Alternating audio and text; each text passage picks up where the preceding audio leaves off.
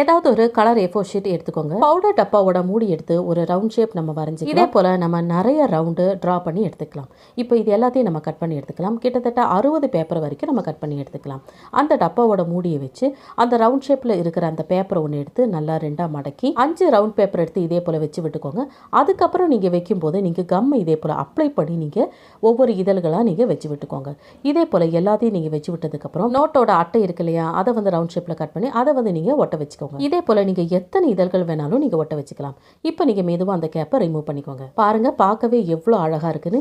இதே போல் நீங்கள் நிறைய கலர் பேப்பரையும் நீங்கள் செஞ்சு எடுத்துக்கலாம். நான் முதல்ல ஒயிட் பேப்பரில் செஞ்சு ஒரு ஷார்ட் முதல்லயே வீடியோ போட்டிருக்கேன். அதில் ஒரு ஃப்ரெண்ட் கமெண்ட்டில் சொன்னார், நீங்கள் கலர் பேப்பரில் செஞ்சால் இன்னுமே நல்லாயிருக்கும் அப்படின்னு போட்டிருந்தேன். அதனால் கலர் பேப்பரில் செஞ்சு இந்த வீடியோ போட்டிருக்கேன். இந்த பேப்பர் ஃப்ளார் மாதிரியே நீங்கள் நிறைய கலர் பேப்பரில் செஞ்சு ஒரு பிளேட்டில் வச்சிங்கன்னா பார்க்கவே அப்படியே கண்கொள்ளா காட்சியாக சின்ன பசங்க கூட அசால்ட்டாக இந்த கிராஃப்டை செஞ்சிடலாம். தேங்க்யூ.